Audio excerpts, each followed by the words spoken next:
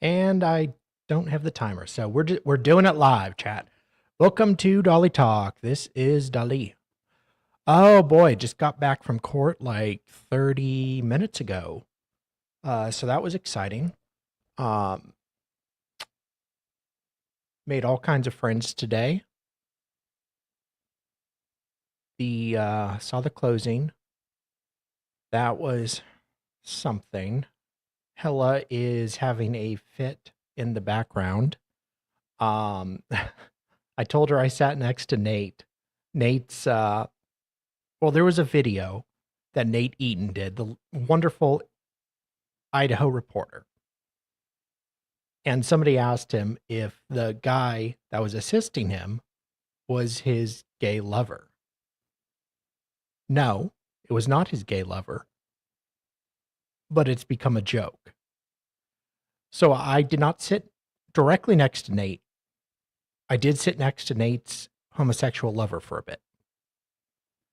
But before we get into all that, Sweet Tooth Fairy, thank you so much. And I saw you became a member, and you gifted some members on my Judge Fleischer stream. So I didn't get a chance to thank you earlier. So thank you very much for that. That was very much appreciated. Okay. So David might pop in. We shall see. Half Irish is here.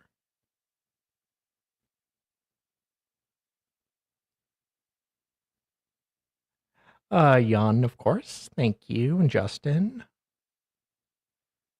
Okay, so I'm going to bring in, Mavka. Wait. Oh, God. No, I did not ask that. So Nate has a wife and kids and a gay lover. Busy man. Oh, very busy. Oh, God. Okay, my chat's a bit like degenerate. Hello. How are you? Oh, God. Okay. You know the worst part about today? We'll Sorry, what? Now he has two gay lovers. Several people asked me what channel I'm with today. And I'm like, Dolly Talk. And they're like, Dali? And I'm like, yeah, I really like Salvador Dali, the painter. So he's kind of like my persona. And Nate's like, oh, you mean like Dolly Parton? I'm like, no, not that persona. That's me. That's my persona in drag. But you said that? No. I just thought of that now, actually. Right. I wish. But then there was like this really nice girl that was sitting next to me with local media. We were talking for a bit. And she's like, okay, so you're with Dolly Talk. And that's D-A-L-I. And I'm like, yeah. I'm like, I really need to rethink the content I put out there. I'm going to be giving my channel out to people in public and they're going to come check it out. And I'm like, okay. I was like, should I ask this girl out? And now she's like going to come and check out my channel. Like, oh, Mark Jensen, what's this about? I'm like, These are the peens of our lives. And I'm like, well, Salvador Dali. Okay, so we go from almost asking her out to Mark Jensen. No. Okay. So I'm maybe rethinking my channel name and branding, things like that. You need a second channel. Yeah. That's full of like really sexy things, but not sexy. Like, manly things. Yes. Like trucks and cars and football. But yeah, she was very lovely. Not peens. She was lovely, was she? Yeah, she was very nice. What's her name? Good question. Hi, person that Dali was going to ask out, but can't remember her name. Well, I remember the station she's with. Does that help? No. You can't remember her name, really? No, I have it here. Oh. Hold on, what was it? Hey, CT girl, how are you? Oh, hello, CT. How are you doing? Ladies love peens, I hear. Are you just loving our court talk here? Like really professional, Okay, stuff like that. guys. Right. So while he Already reminisces found it. about Chick. Oh, you Heidi. found it. Heidi. Howdy, howdy, ho. Yes. Guys, I need to say something. Yes. If you haven't seen Laurie's closing argument, it bangs. Right? It's really good. Yeah. Like some defense attorneys need to take a leaf out of Lori Vallow's book when it comes to closing arguments. She did a damn good job. Like Yes. I couldn't convict based on Surprisingly good. watching that. It was very good. And It yes, was they are very done. good. They are done for the day. Jury went Mm. home. They deliberated just long enough to, I guess, pick a jury foreman or forewoman. You know, I'm not gonna assume any genders here, Mm. or for non-binary person. And then they're like, screw it, we're already so tired and exhausted just listening to that prosecutor Trina ramble on and on and on. So they went home for the day. Yeah. So I mean, part of the reason it was good was because it and this was part of, like, I don't think it's by design, but Trina did so badly. Yeah. That Laurie's very short and to the point closing argument, I think, was far more effective. Yeah. And I mean, yes, she did put talk about some inadmissible evidence, and I think she played her pro se card very well by sort of I think so. acting all ignorant, and that, pro se defendant doesn't know about, talking about evidence that wasn't put in, facts not in evidence, and I suppose could kind of get away with that. But the objections from the state looked a little bit weird. I mean, I think to the jury it probably looked like, they're hiding something, and I think that was what she was trying to do. Yeah. It was smart, I thought. I think it was 9 or 10 objections the counter got up to. Really? Yeah. Yeah. So I think it really looked to the jury like, hang on, we're not hearing everything. Yeah. And that's what happens, though, in trials. Yep. Right? If she had been a real lawyer, then she wouldn't have gotten away with it, I don't think. But so, anyway, so I get there beginning of the day. I plan to get there around 6:30. Same time as before. So last time there was like 10 people there.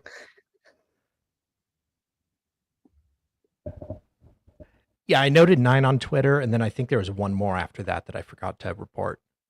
But I get there, first day for opening, there's like 5-10 people there max.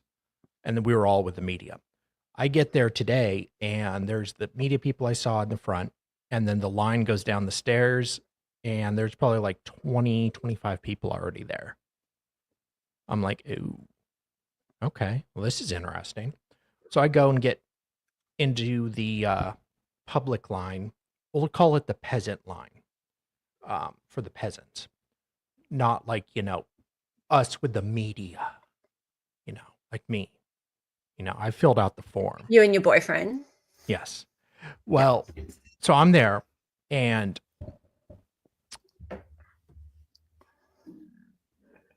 I go up behind some people, and Heidi then comes up right after me, and she's like, so is this the media, like, do media and the public go here? I'm like, I don't really know. She goes up there and asks, and then just stays up there. I'm like, okay, well, if she's staying up there, what the hell? I'll go up there, and I just kind of cut all the peasants. So I'm like number 12 in the media line. And right after that, around like 7, Nate shows up, already doing his live. And no, I was still in the back of the line when he showed up. I forgot to see if I was seen on the way. But Nate's up there, by the media talking to people on his live. And so I go up there at that time. And so I'm just talking with Heidi and another girl that left shortly after. I think she was holding a spot. She was another radio girl. She was getting her degree in journalism and then wanted to get her master's. I mean, really, really just acing it with the journalism majors there. Talking about all the advice she gets, and like her professors are like, well, you know, you should really go all out until you have a family, i.e. get knocked up. And I'm like, okay. So your career plan is to work really, really hard until your mid-20s, get pregnant, and then have a family, and that's it? Oh. I think these days it's more like early 30s. Okay. Okay. You know, whatever. To each their own. And then the guy that was doing work in the media room was like, guess the professor that said that to her. It's apparently a local Arizona guy. It's kind of funny. So Nate goes down. He's still doing his live stream. And am I volunteering? She would have been the second girl I might have asked out that day, but she left. You know, I don't know if it had to do with me, but she left. I'm kidding. I'm leaving. That dude is calling himself the painter. I'm leaving. That mustache really freaked me out. Yeah. It was only the second best. I looked up his channel. So Nate goes down the stairs and a little ways away. I take a video of him. He's just on his phone, but he looks like a homeless guy talking to himself. Like, because when you make content in public, you look creepy. If you're by yourself, you look creepy. You're just talking on the phone. Yeah, you look weird.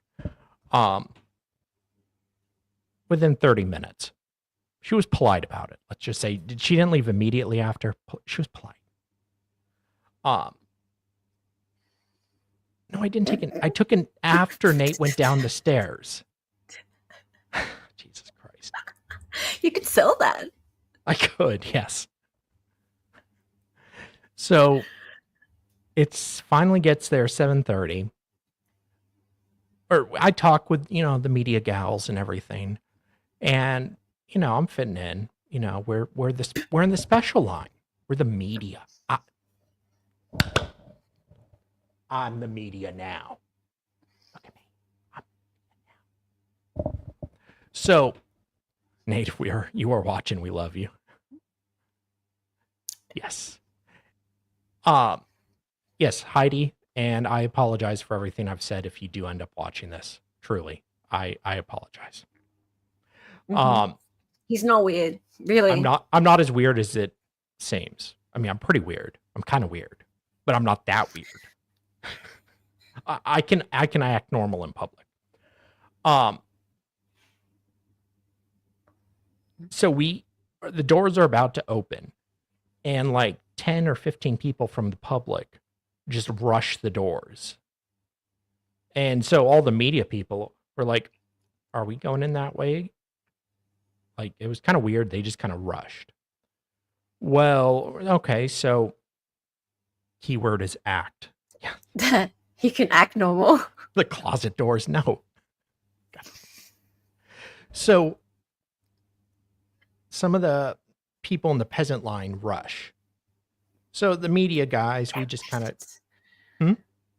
They were very disorderly. And then there was this old woman that was just waiting by the door, and somebody in the peasant line was like, excuse me, are you with the public? And she was very rude and was like, I'm with the jury. I'm here for jury duty. I fucking hate you so much, Mavka. Did I say KTAR? I fucking hate you, Mavka, so goddamn much if you did that. Mavka, you suck. You suck. You suck. Well, it's going to be really, really awkward if she goes to opening statements of the next trial. Because she went to opening Yeah, and yeah. closing like I did. She probably will. Okay, I'm shaving my mustache and changing my identity. Thank you for that, Mavka. As always, you are just a wonderful individual. I am. We all just love having Mavka around. Yeah. So I get up there. Apparently, it's like the sheriffs were fed up with the peasant line. Oh, I'm just trolling. Oh. Well, I did find her on Twitter, so. The sheriffs are fed up with the peasant line. So I get there. I come out of the elevators at the 5th floor. And I go over to the media line. I didn't taint a juror. I thought about talking. Oh, we'll get to the jurors. Taint? Did you taint? No, I thought about asking a juror for an interview after, but no, I was a good boy. Did you say, I heard the kids are dead. Where are the kids? I had a very loud conversation. No, I was a good boy. I wonder when she's going back to prison in Idaho for killing the children. Oh, whoops. I was surprised at accessibility with jurors. Like, it was kind of surprising. Really? Yeah. But we'll get to that. Okay. So I get there. Go up. Nate's already there ahead of me. So. Oh, my. No, she was a sweetheart, actually. Like, we got along great. It was normal.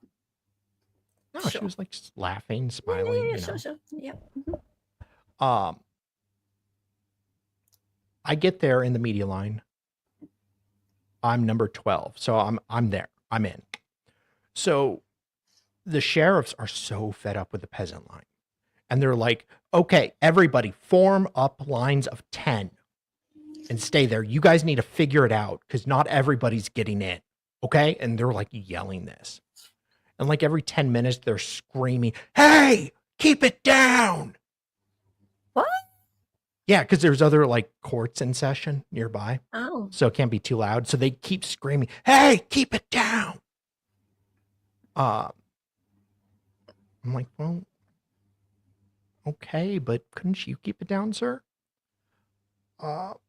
So yeah, the media line kind of was just free for all. How harsh. No. It was a complete joke. So I'm just hanging out there. I'm sitting next to Nate's homosexual lover, and he didn't really talk with him, but he was a nice guy. This other guy, he has a YouTube channel. I don't know who he is. He's got a wonderful mustache that I'm very jealous of. I don't think he's local though. Like it was like full and luxurious, and just he looks like somebody say he looks like a reporter from Detroit. I think Detroit. Maybe David would know. We need to have more information. And yeah, he asked me what I do, and I'm like, oh, I just have a small YouTube channel, and he's like, I do too. And then one of the peasants came up and said, oh, I love your channel. And I'm like, you said it was small. Oh, not you. Not me. No, God, no. Dali was sitting next to Tom Selleck. Yes. I was slightly intimidated by his mustache. But he was a nice guy. And I need to know. Yeah, I saw the guy that's on that trial TV or whatever. Hey, keep it under wraps, peasants. The same way Lori, Alex, and Chad kept the kids under wraps in Chad's backyard pet cemetery. So it's real. We're there at 7:30. We're waiting. We finally get in around like 10:15. So family lines up. The family's there. Kay Woodcock, The rest of the family's there. Family goes in first, media into the media room, and then the other media, me and the others, go into the back row. So I go to the left this time. I'm sitting on the defense side. There's a guy next to me, Nate, 2 over, and then Heidi. So the judge comes out. Lori starts bickering about some of the she wanted like the full interview admitted, and she's like, well, it should have been admitted. Well, no, the prosecution only did sections of it. And the judge didn't let her put in the rest of it. So she got pretty nippy about that, and then the judge asked her if there's anything else, and she's like, I guess not. And lets out a big sigh. So they go, jury comes in at 11. Oh, she was still fighting that? Oh, yeah. And then she puts it on the record for appellate purposes. Or not puts into evidence for appellate purposes, but it's not given to the jury. So judge goes off the bench, and then he's back at 11 when the jury gets there. And that's when he reads the jury instructions. So that's kind of boring. But it was pretty quick. I think 11:45, we go to lunch. So all the people, all the peasants, for lack of a better term, even though I can think of a bunch of terms, but peasant is just funny to me, don't get their spot guaranteed after lunch. First day they did, but they changed how they did it the second week. So they all have to like rush and line back up. And there's already a line forming with new peasants. Well, me with the media, all the media people, we all get our spots saved. So we just sit back down. So I go down to the cafeteria, have a lovely lunch. But when I go down, I'm like, oh, the jurors, like 3 of them are literally right in front of me. What? Yes. And okay, and the likes of Lauren and friggin' Nate and all that are right next to the jurors. No, they weren't there. Yeah, but they could have been.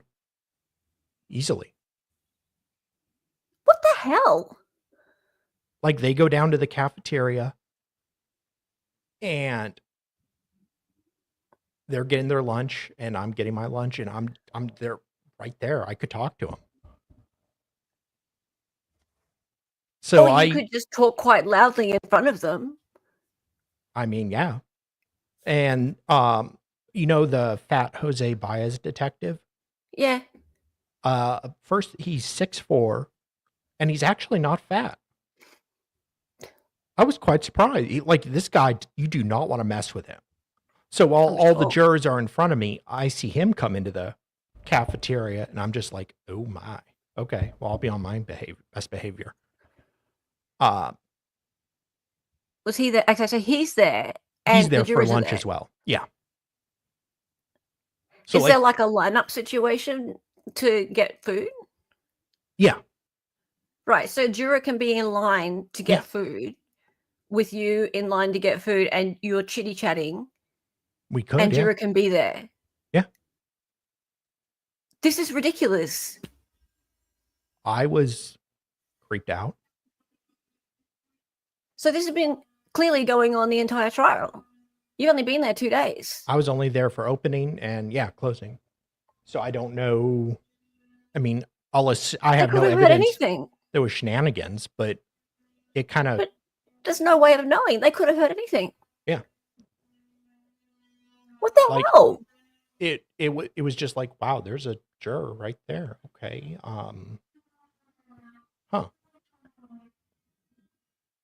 Jurors should just receive their food. or they should a be menu delivered their food. Yeah. Yeah, and it was really weird because the first time I didn't see the jurors at all or outside.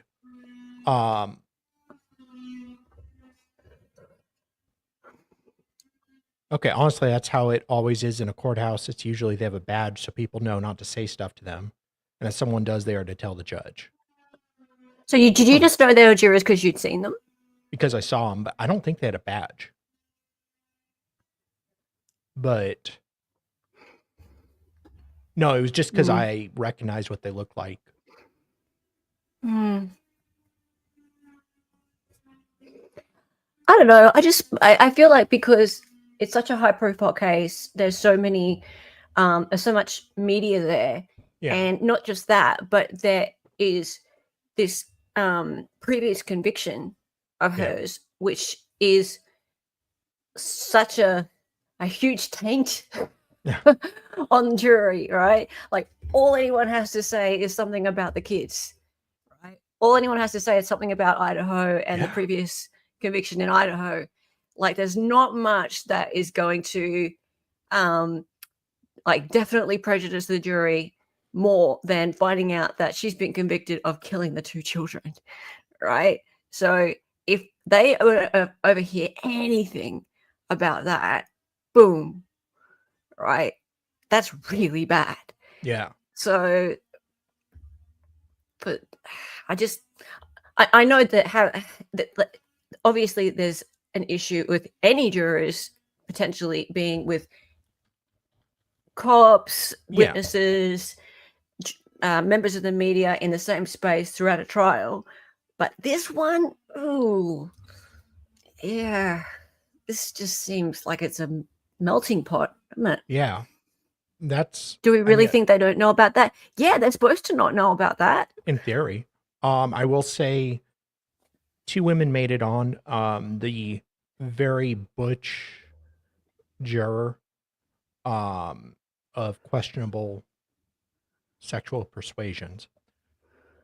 I'm just guessing, but she looks like the type. No judgment. I'm just how I remember them. When Lori was talking about how, she prayed for her husband and things like that, the juror smirked a little bit. So I don't think she's a fan of Lori.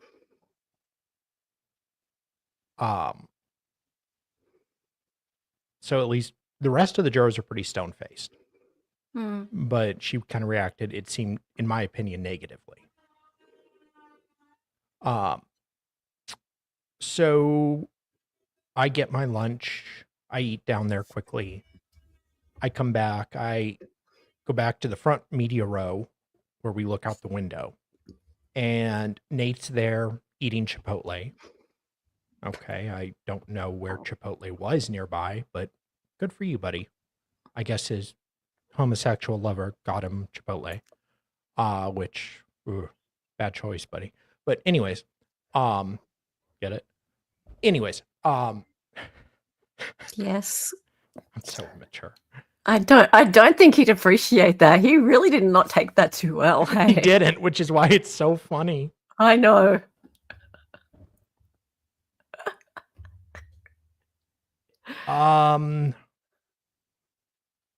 Yeah, I think it was the second one. No. He raised his hand and was like, and then I think the judge was like, I don't think it's you. And then he's like, oh, well, okay, maybe you're right. And so I saw him and another juror who looked like Judge Ito. Were the That's true. Ito from the OJ trial. Oh. A younger Ito. Hey, Kat, how are you doing? Great to see you here. Those 2 were dismissed. The 2 women made it on the jury. I'm sure Lori is disappointed. But it's still 10 men, 2 women on the jury.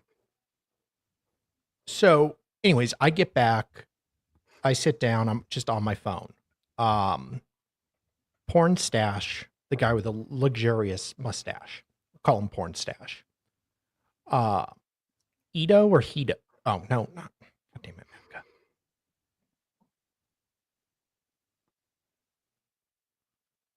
Mavka. Oh, Yon, by chance, is that the juror that got called in to answer questions about when he mentioned something about his own Social Security stuff?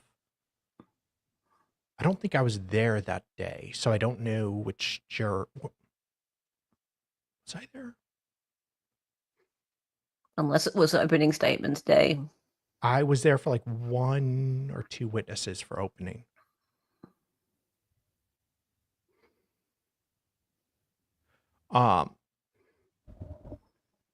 Okay, so where was I? Okay, so I sit down. Porn Stash does the whole conversation with me about, oh, what are you? I'm like, oh, small YouTube channel. So am I. Blah blah blah. So, okay, and then that's when Heidi, lovely Heidi, comes and sits next to me. Like, okay. So then she's eating a sandwich and we're talking a little bit, and she's like, "Oh, YouTube, yeah, that's cool. It's local media is really pushing YouTube because you can get great numbers." I'm like, yeah, yeah, YouTube's pretty cool. So we talk for a little bit, and then we go back in. No, I didn't do the yawn trick, Mavka. Uh,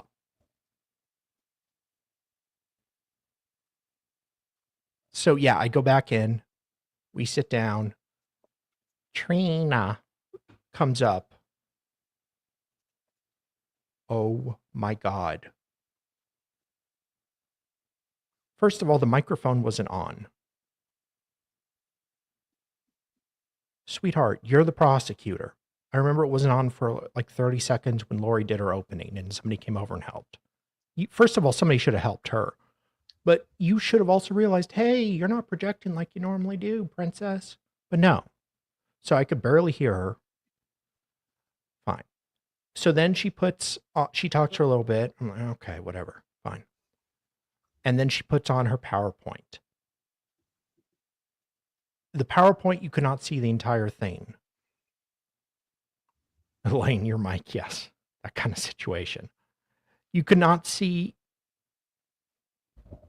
the PowerPoint. It was awful. The way the text size looks like it was 6 character height. The spacing of it was awful. She'd have walls of text, like one of those dumb memes, but then she'd have this wall of text, and then there'd be like half the screen would be blank. So she could have made it bigger at least.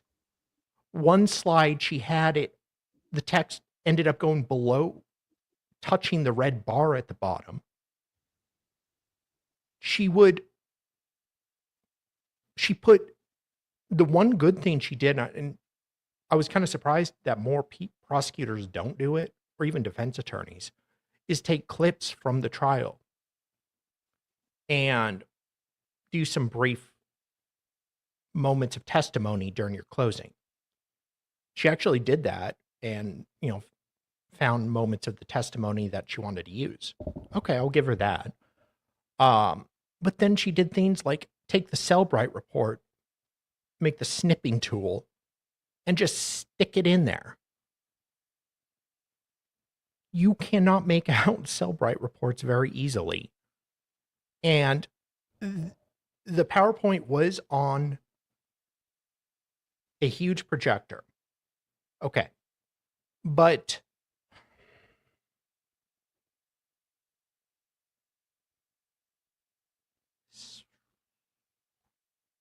40 feet maybe from the jury.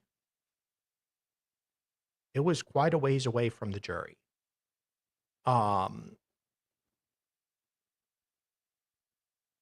I was closer than the jury, but at a bad angle, so I couldn't see it like head on. But it was still kind of really hard to make out at points. They showed it on a smaller TV to the gallery, the peanut gallery, and I couldn't really make it out all that great. Here. put this up.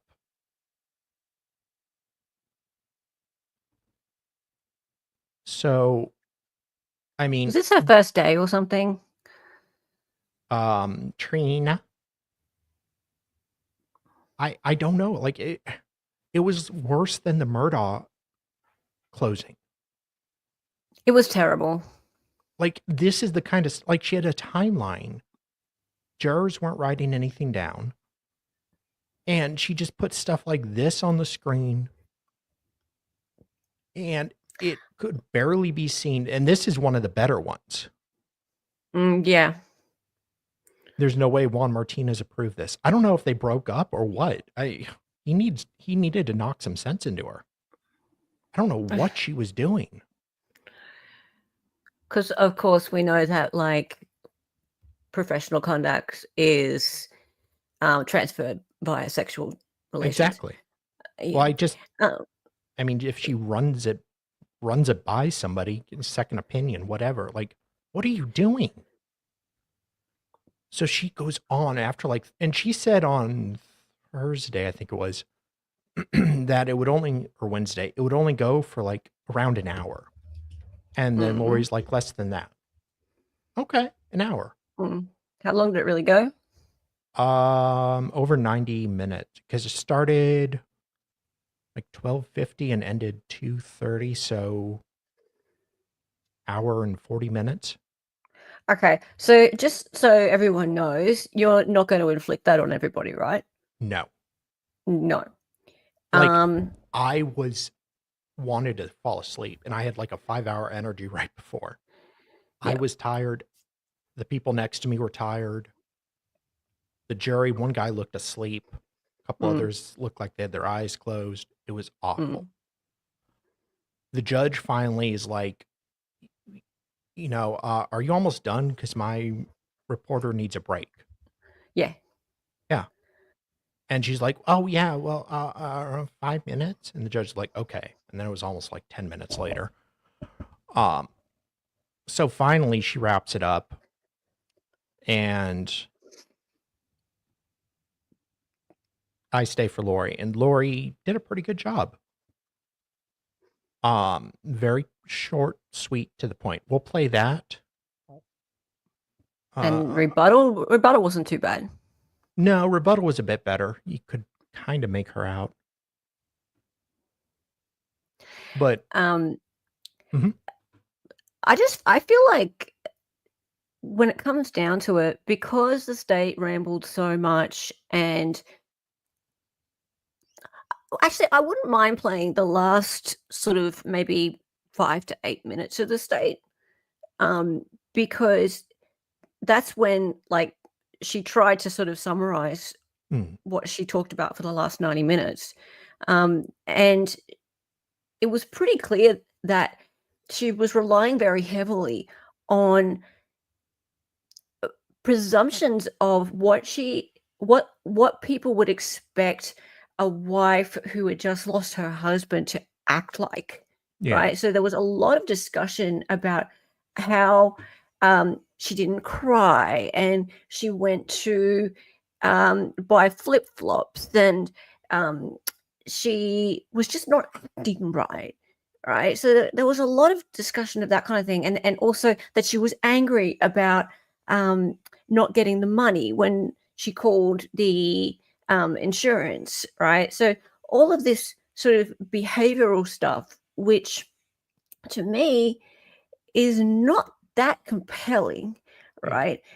Because there's nothing really that concrete about the case against I'd be annoyed Lori. If my spouse died and I found out they changed their life insurance. Yeah. And really the most concrete thing that they have against Lori is that text message. Yeah. Right. So the text message, as you all know, that sounds really bad. Right. So he changed the beneficiary or whatever it was before we got rid of him. So saying that we got rid of him was a really bad text message. Yeah. But the way the state talked about it, it almost sounds like that's pretty much all you got. Yeah. So I wouldn't mind, if you don't mind, Dali, could we play just the last piece last like 5-ish minutes. Yeah, something like that. Yeah.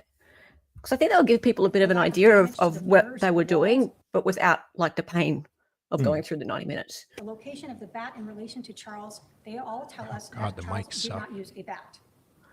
We know that Charles was a semi-professional baseball player. This would not have ended that way.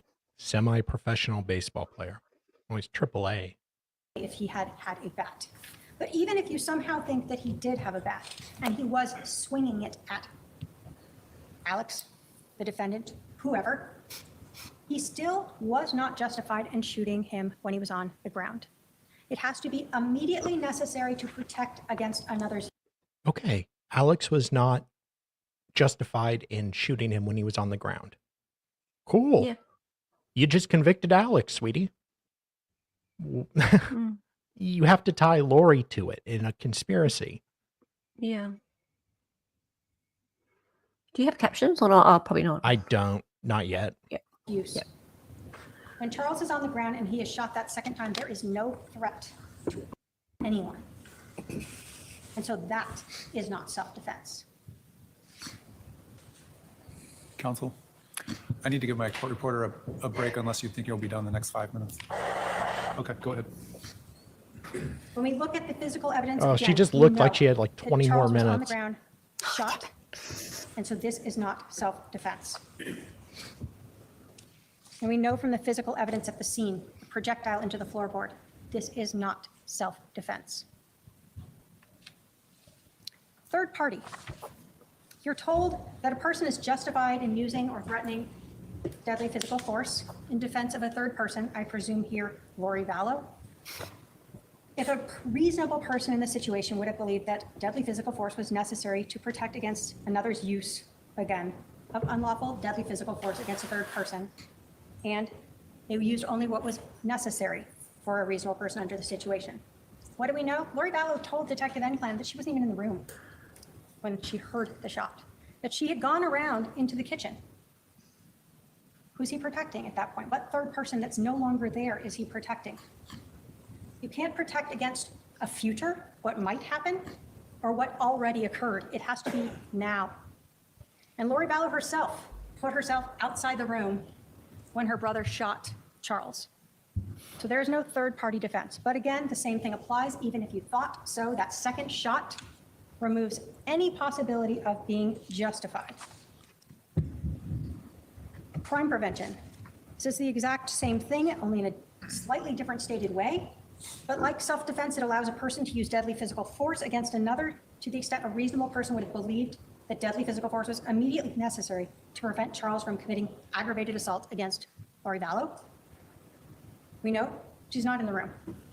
Even if he had that bat and had been coming at her and then she left the room, that crime is over. And again, even if you believe he had the bat, you cannot shoot him while he's on the ground. That is not what crime prevention permits you to execute a person. Finally, there's mere presence. You're told that guilt cannot be established by a defendant's mere presence at the crime scene, mere association with another person at the crime scene, or mere knowledge that a crime is being committed. Lori Vallow wasn't just present at this crime scene. She brought her brother to the crime scene. She ensured that he brought a gun with him. She ensured that JJ was outside, and she ensured that Charles stayed inside. Was there any testimony that she knew he would bring the gun with him? Not that I remember. Yeah. You're making Did she just say that there was testimony of that? Well, she said that she knew he would, or gun with him. She brought her brother to the crime scene. She ensured that he brought a gun with him. She ensured he brought the gun with him. What? Did she? Yeah. I don't know. I don't think so. Okay. So, yeah. I mean, that's kind of on Lori. She should be objecting. She should be objecting to that then. Yeah. She ensured that JJ was outside, and she ensured that Charles stayed inside. She was not merely present. She was a person who was actively participating in this crime. Ladies and gentlemen, we have talked about the evidence in this case. evidence that was presented to you through witnesses who took the stand, and exhibits that you admitted for you to review. Remember the evidence of Lori Vallow's motive. Charles's life insurance. Sorry, Chad is that Daybell. loud? Remember Yes. Lori Vallow's own words of wanting to get And rid of annoying. Charles, of drugging him, Well, her yeah, I acceptance know of how her I brother's felt during statements that trying he to wanted to kill Charles, close. how she used Melanie and Summer to plan her mission and ensure that Charles didn't have help from Brandon or Zach or Adam. Her words to Alex about it all coming to a head, that he had to stay near her and they would be like Nephi, justified in killing Charles. And finally, her words to Chad Daybell on July 18th, confessing to the killing when she said Charles had changed the life insurance before we got rid of him.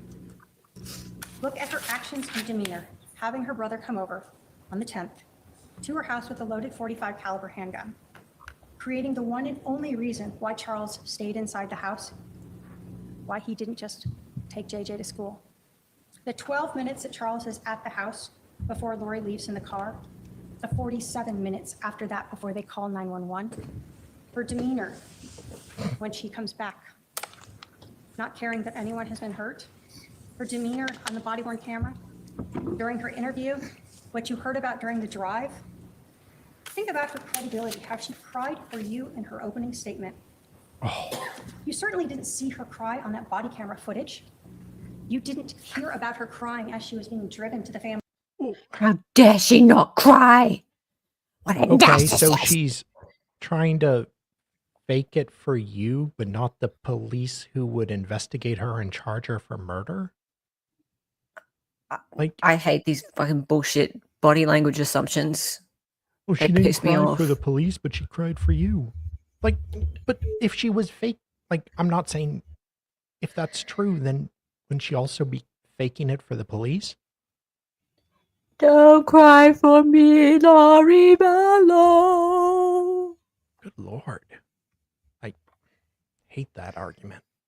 Advocacy Center, and you did not see her cry in her interview. Finally, think about the physical evidence that proves that Lori and Alex staged this scene, that Charles was never in possession of that bat when he was shot by Alex or either of the shots, that instead he was executed that day for this defendant's benefit. The physical evidence disproves beyond a reasonable doubt that Lori Vallow and Alex Cox were justified under the law in killing Charles. The jury instructions tell you to use reason, common sense, and experience. Charles Vallow is dead today because this defendant and her brother Alex Cox conspired to kill him. They planned it out, and they had their weapons, and they orchestrated a way to ensure that Charles was back in the house where he was shot. Again with the and killed weapons. For money and Chad Daybell.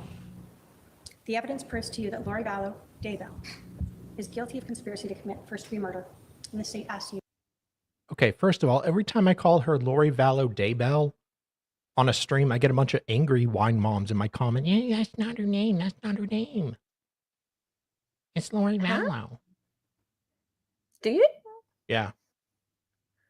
Like, Didn't there's she a bunch take of his people that name think, too? like, her name, like, they get mad. Like, you call her something, they get mad at that. You call her something different, somebody else gets angry at you. Actually, when I was there for always thought her opening, name was Vallow Daybell. yeah, but she's been married so many times that it can kind of change and people have different opinions. Lauren from Hidden True Crime said the same thing. We kind of laughed about it during opening.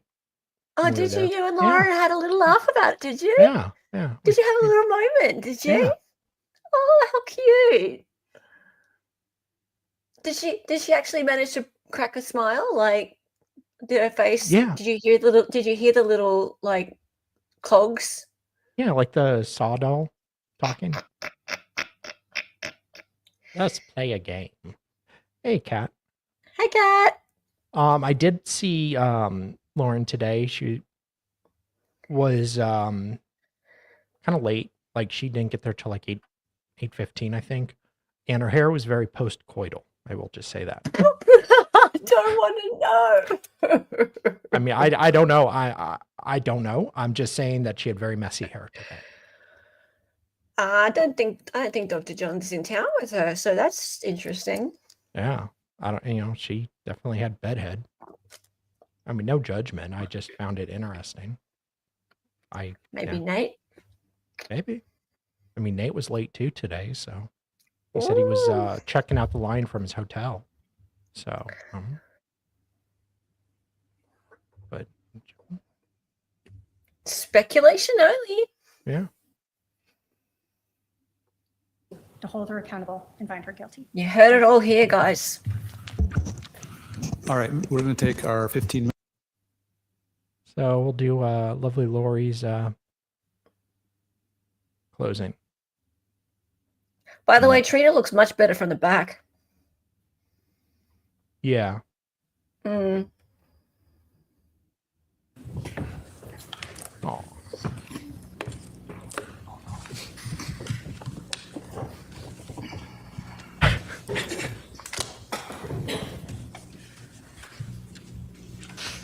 Ladies and gentlemen of the jury, the state of Arizona has the 100% burden of proving that I committed a crime, a grievous crime, conspiracy to commit premeditated murder of my husband, Charles Vallow. The state has the burden of proving to you that this event was not self-defense. In your jury instruction under the instruction, use of force and crime prevention, the last line reads, if the state fails to carry this burden, then you must find the defendant not guilty. In the law, under your jury instruction titled Justification for Defense of a Third Party, the last line reads, if the state fails to carry this burden, you must find the defendant not guilty. Under your jury instruction titled Justification for Self-Defense, the last line reads, if the state fails to carry this burden, you must find the defendant not guilty. In your jury instruction, under presumption of innocence, it states, the law does not require the defendant to prove innocence. Every defendant is presumed by law to be innocent. Under the burden of proof, it explains that the state's burden is this.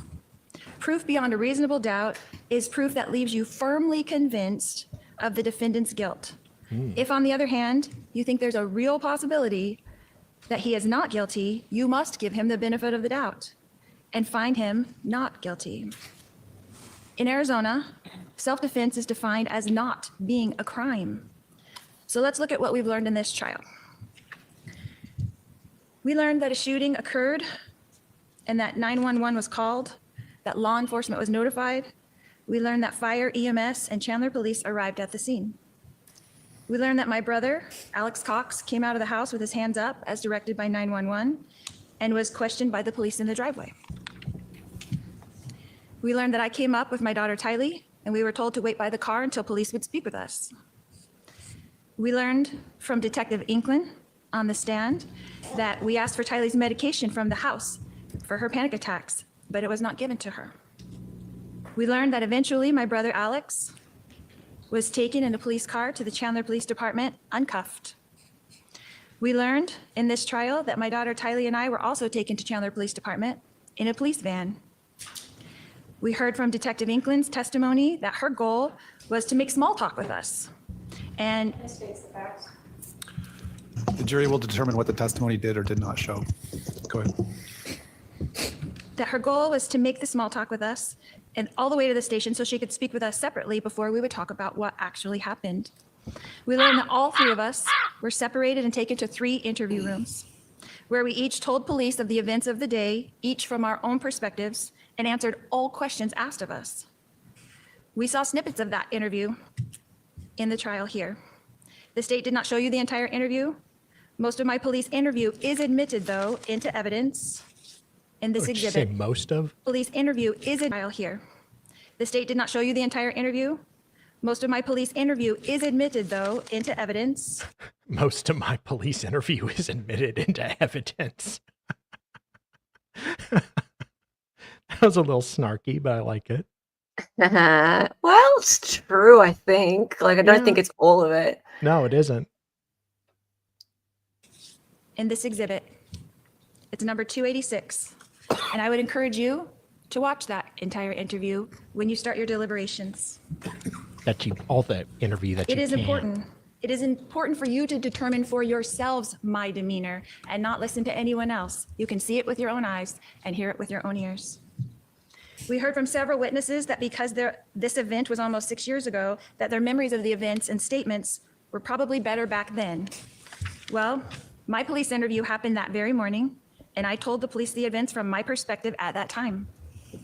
It is admitted into evidence and will answer many of your questions. You did not see Tylee's interview, but we did learn from Detective England that she did an interview that morning as well. You did not see Alex's interview, but we learned that Alex was interviewed that morning by Detective Moffett, the original case agent, whom we did not hear from in this trial. The state chose not to show you those interviews or let you listen to the 911 call. The jury shall disregard that last statement. Okay, the jury can only consider what was admitted into evidence. We learned in this trial from Officer Kautheim's testimony that Alex was injured on the back of his head with a bump and, according to his testimony, a 1-inch laceration. We did not see those pictures documenting that injury as well. We learned in this trial that we did not know, the three of us, that our interviews were being recorded.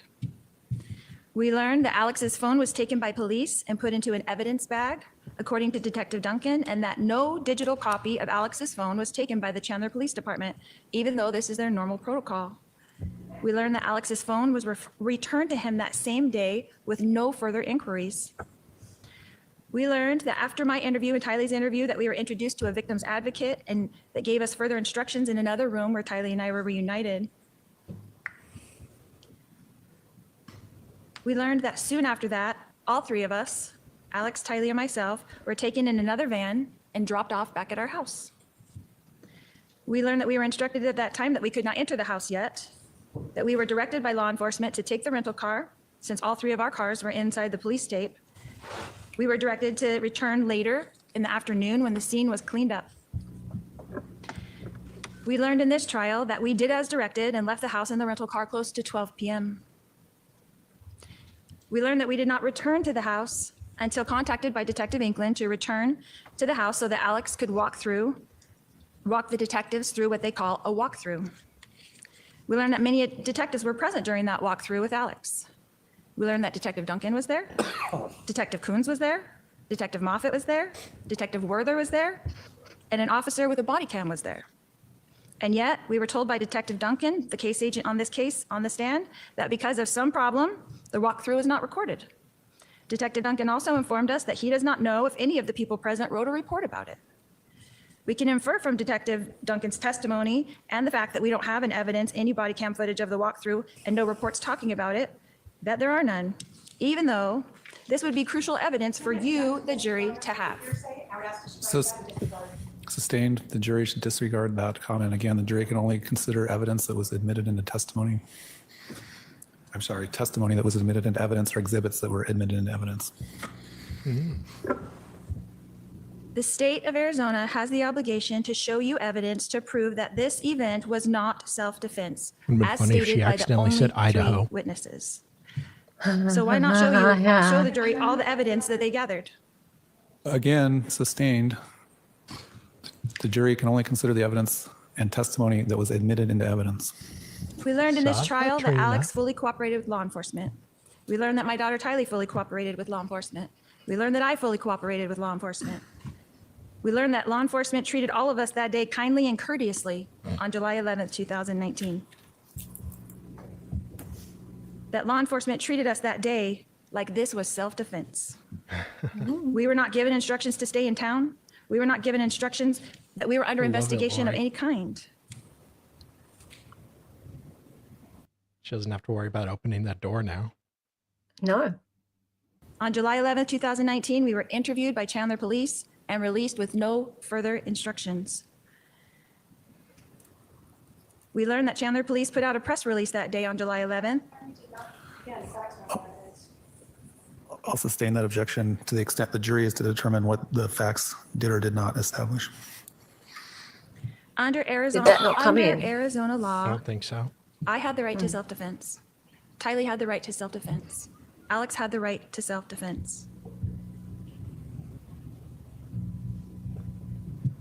This event was not planned or expected. It was shocking. We learned in this trial that Chandler Police Department neglected to do a thorough investigation. We learned that they did not swab Alex's hands for gunpowder residue. We learned that they did not swab my hands for gunpowder residue. We learned that they did not swab Tylee's hands for gunpowder residue.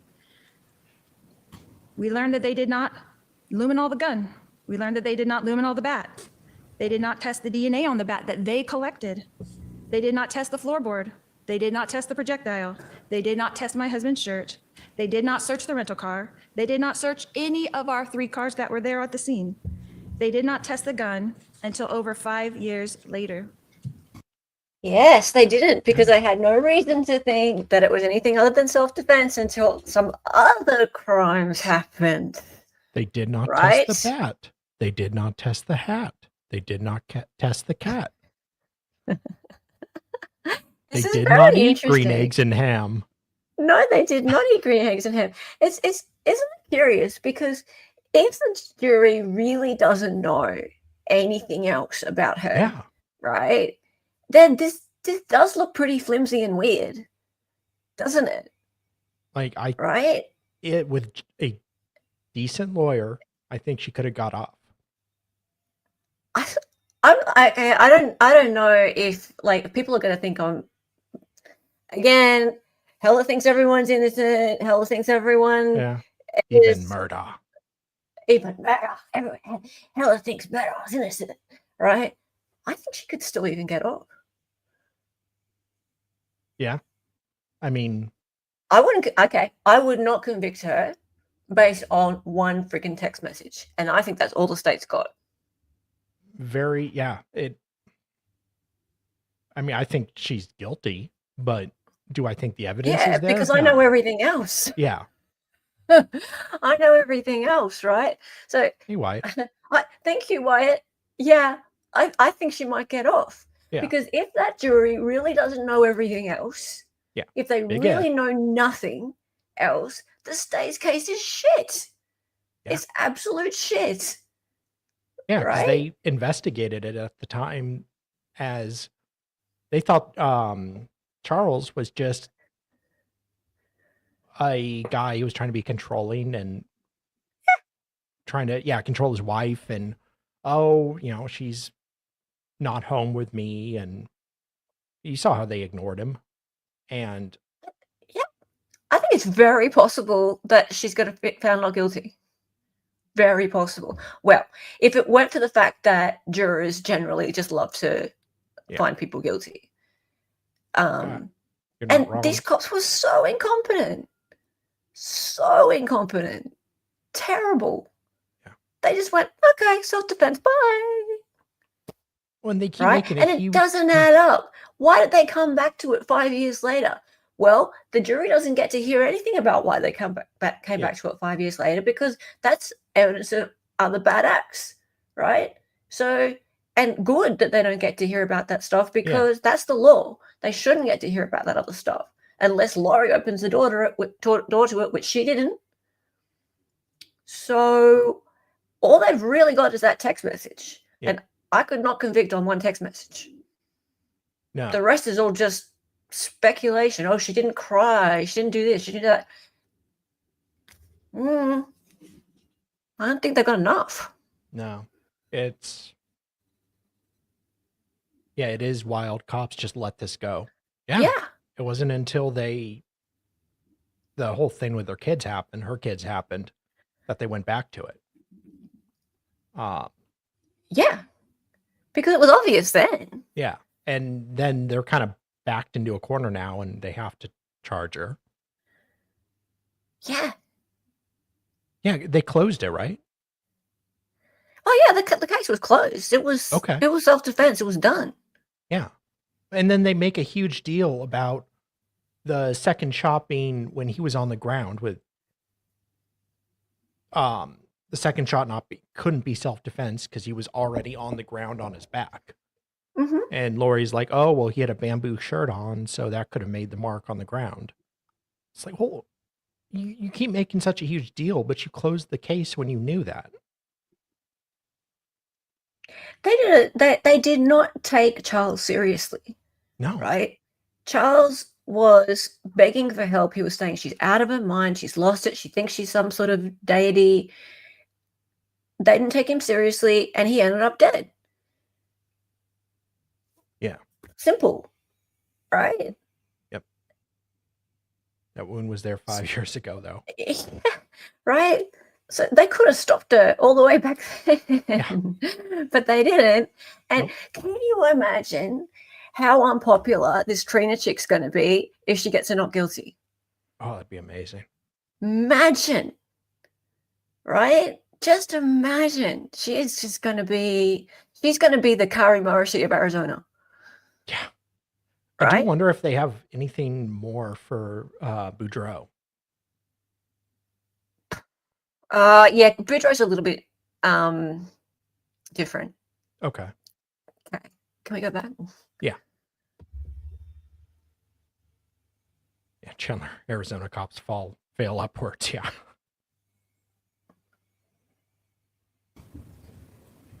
The Chandler Police Department did treat this event just like it was, self-defense, and a tragic family event. We learned in this trial that Charles and I were obviously having marital problems.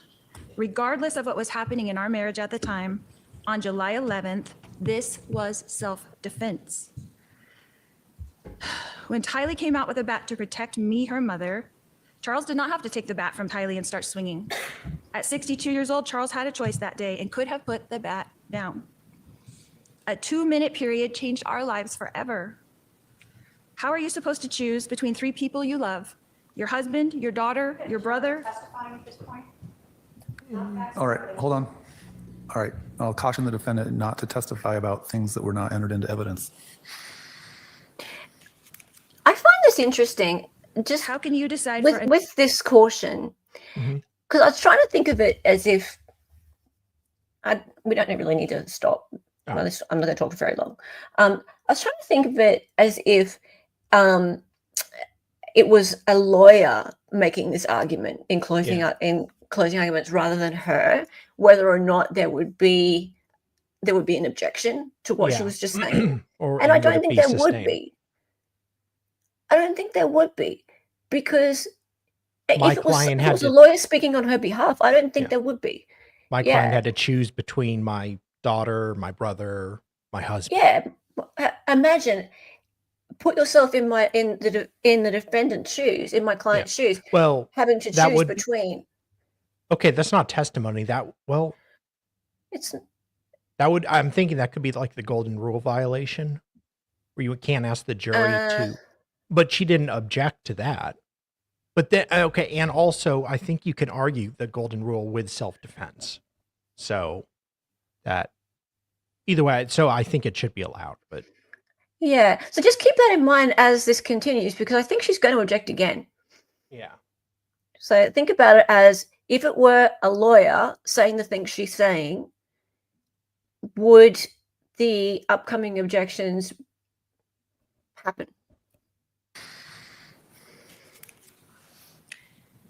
How can you decide for another person if they feel threatened? Court reporter. Why does the state want to blame to someone? It's a reasonable person standard, not the standard of the person. I'm sure you'll point that out in rebuttal. I'll allow the argument as that inference. Go ahead. Why does the state want to blame someone for this tragic event? What evidence did the state show you in this trial that I wanted harm to come to my husband? We learned in this trial that I was praying for my husband. We learned in this trial that even though my husband and I were having marital issues, that we were both trying to do the best things for our son with special needs, JJ. We learned in this trial that I was shocked that Charles had changed his life insurance policy, but I was not angry as the state alleges. In the phone call we heard from the insurance company, we heard that I was disappointed for our children, our grown children, as well as our children still at home, but I was not angry. My husband Charles was providing for our children still at home. I had no motive to change that. We heard a lot in this trial about the Book of Mormon prophet named Nephi. This is the state's evidence to murder over self-defense, and it is utterly ridiculous. We heard from Detective Duncan, who admitted on the stand that he had no idea what I meant in the text message when I said, "We will be like Nephi." In Mormon culture, Nephi signifies strong faith, perseverance, and courage. Right. Sustained. That's fair. The state's attempt to misconstrue the positive text message about a wonderful religious figure, Nephi, and try to turn it into an order to kill someone is absurd. This is an attempt by the state to try to retrofit a crime that doesn't exist. This event was not. She probably should have got a little more outraged, I would say, like exploiting my religion, my faith. Oh, that's pretty good. Trying to twist it into something that's not. They wouldn't do that if I was in this Muslim. country, we have freedom of religion. Yeah. That's a good one. Especially in this area where there are, I don't know if there's any Mormons on the jury, but Mormons. But Arizona's full of them. Yeah, there's a lot of them here. So I would have been a little bit more outraged, but it's still pretty good. It's a pretty good argument, this. Yeah. A crime. It was a tragedy. Don't let them turn my family tragedy into a crime. When I'm done speaking to you, the state gets to get up and rebut all that I've told you. They've got to have the last word, so to speak, because it is 100% their burden to prove to you that I committed a crime. And you won't be allowed to hear from me again. So I want you to remember that it is the state's job to prove to you that I committed a crime. And if you have not seen the evidence that leaves you firmly convinced that I have committed this very crime, then the state failed to show you the evidence that you need. Because I did not commit this crime. The only interview the state entered into evidence is mine. So I encourage you to go watch it. I told you just what happened that day, just the way it happened. The state put forth a bunch of evidence in this trial in an effort to make you dislike me, to try to attack my character, so that you would just say guilty no matter what evidence they showed you. But only you get to decide. The state put up witnesses that had zero knowledge of a conspiracy. The state did not show you evidence of an agreement to commit murder. Like her. They showed you evidence of a family tragedy, and then they showed you the sad effects of a family torn apart because of that tragedy. Oh, interesting.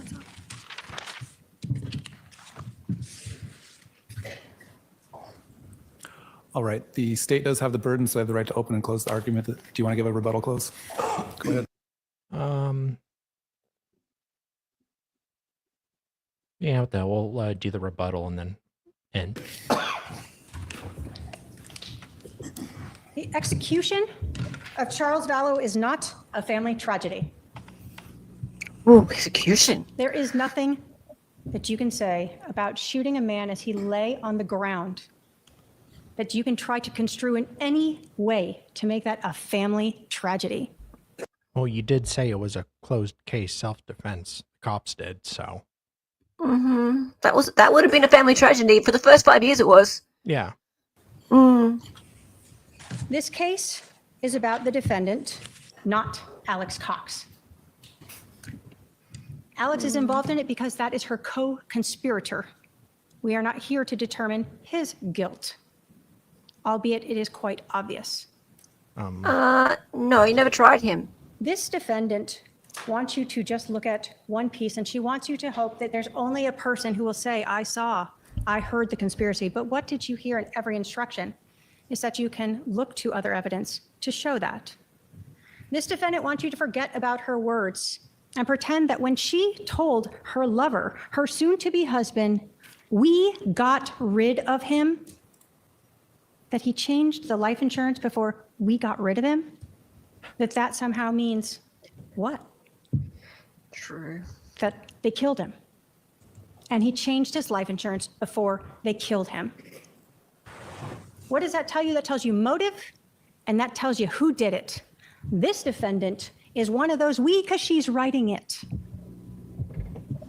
She wants you to pretend that when she is talking about Charles for months, acquiescing and agreeing to her brother killing him, having people tell her that it's wrong, having people know that they're planning for something, that those words don't mean exactly what they are. We got rid of him, this defendant. The state, of course, has the burden, and that's how it should be. But every one of those justification defenses Can we just falls pause for a short second? when you So- look at I was Conspiracy jealous means of her hair. conspiracy means pause. It means just what she said, planning something. Yeah. Right. So that means planning something means before the act. Yeah. So we got rid of him is past tense. Yeah. That's after. Yeah. I mean, it could infer. Where's the planning before? It could infer they planned, but again, it's still not proof of planning. Yeah, not, It's not. I mean, I'm just looking at this from the jury's perspective. Ideally, they don't know anything. Yeah, I get it. Yeah. But what I'm getting at is, did they actually enter anything into evidence, like any statement, any text message, anything at all? We have to get rid of Ned. The crime. Oh, was there a have to? Was there a have to get rid of Ned? I remember they talked briefly about Ned, but it wasn't a lot of Ned talk. Yeah, no, that's interesting, Young, and that does ring a bell. That was prior. Was there a planning of getting rid of Ned? I don't think so. They never talked about doing it. Yeah, I mean, there could have been Yeah. I'm not saying that they didn't plan to get rid of Ned. They probably did, over the right? phone, or Yeah. yeah. Yeah. But was that actually entered into evidence? Because all I remember them entering into evidence was that we got rid of him, which is past tense. So, anyway, keep going. The conspiracy itself. When they got rid of him, they did it by planning it. There is no reason that Alex Cox came over to this defendant's house with a loaded gun and waited for Charles to come inside, held there by this defendant using the cell phone. That is conspiracy. That is planning. That is premeditated. You can absolutely watch that whole video. That's why the state included that for you. What you're going to see is that Lori Vallow doesn't cry. She is not truthful, as we've gone through. Her timeline is absolutely wrong. She tells the detectives it's quick, it's 12 minutes. She wants you to believe that the police could understand all of this that day. But what did you hear? Is that all the police could tell initially was that the timeline was off. And then they started learning that the physical evidence seemed to be showing that Charles was executed on the floor, but they needed to see if the medical examiner agreed with them 2 days later. And then they needed to pull all those iCloud accounts, phone records, and go through terabytes of data to bring forth these things that you have now learned and hold.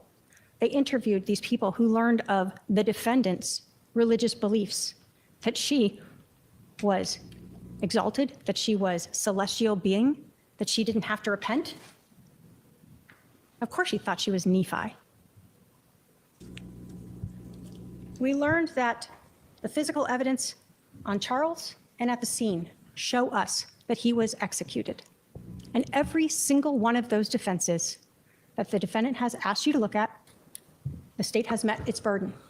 Because even if you somehow believe that Charles actually had that bat and it wasn't staged like the rest of the scene with the shoes and the lack of blood there, that second shot is not justified for self-defense, crime prevention, or third-party defense. Arizona law does not allow you to execute a man on the ground.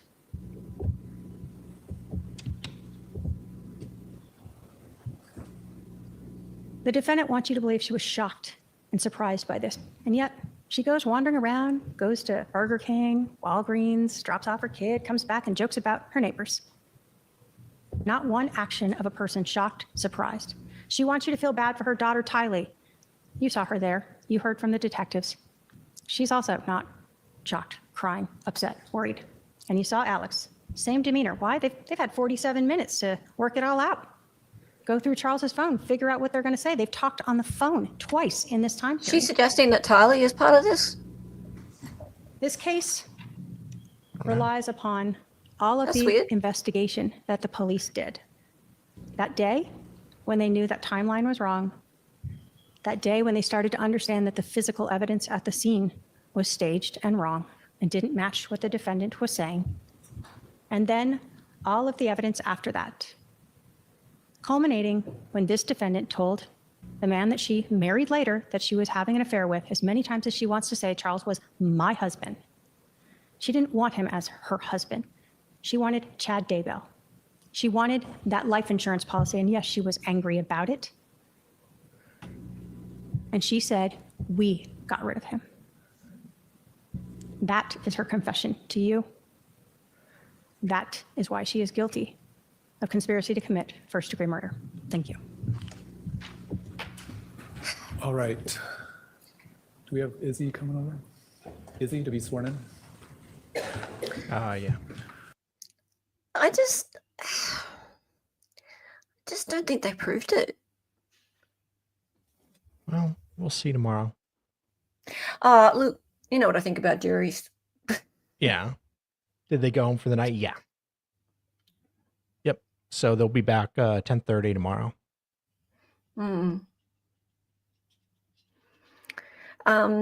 Look, I think if the jury is decent, they should do as the defendant asked and watch that whole interview. That's the right thing to do. One thing you should absolutely do, the defendant has asked one thing of you, please watch this whole interview. It's been entered into evidence. Could at least afford her that. So watch the whole interview. I think the interview's a couple of hours. If I remember correctly. I don't know if that would change their mind if they was leaning the other way. Yeah, it's hard to say. But she's very charming.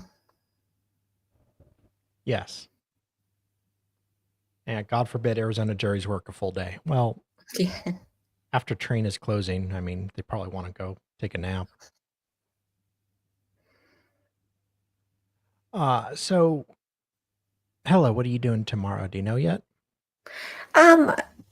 Unless something else comes up, I think I would like to stream some of the interviews with witnesses and things from the Gene Hackman investigation.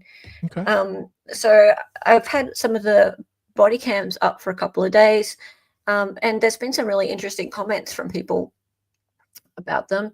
And I've been looking at some of the forums about the deaths, and it's just some things aren't quite adding up. So yeah, and a couple of the interviews with people, especially the caretakers who found them, are really interesting. Some of the stuff with the children of Gene, kind of interesting. So yeah, I was wanting to share that with you guys. So we'll do a bit of a watch tomorrow. Yeah. Okay. I'm not streaming Karen Reed. No, Mavka. No, that won't be happening. Yeah, unless something else comes up that grabs my attention. I've been doing a little bit of a dive into the Gene Hackman and Betsy. Yeah. Akarawa. Can't pronounce her second name, so I'll call her Betsy Hackman stuff. And yeah, I'd like to just address a few things and show you a few of the body cam interviews that are garnering some more attention. So okay, let's do that. Sounds good. Okay, I'm gonna end now. Join the club. Wyatt. Yeah. Ugh. I mean, it's okay if you guys, like it. I'm just sick of all the fighting between people and just ready for it to be over. We are not touching Karen Reed. No. Can't even comment on it without being accused of being one side or the other. It's like, you believe she's guilty? You believe she's innocent? Oh my God. Yep. No, Sean live? Going there. Thought Sean was live, but oh no, I guess he just ended, so never mind. right, I'm going to end now. It's been a lot of fun, guys, and Yay, well done. Thank you. And I shall see you guys tomorrow. Oh, wait. One more thing. What if there's a verdict? Oh, I don't know. It starts 10:30. I may do verdict watch before your stream. Yeah. Tomorrow. So just in case. Yay. Yeah, maybe we can do some body cams or whatever tomorrow. So I can do that when I get home from work. Cool. So yeah. Sweet. No, Yay. sorry, no pick with Nate. Maybe if he goes to the next trial, I'll try to snag one.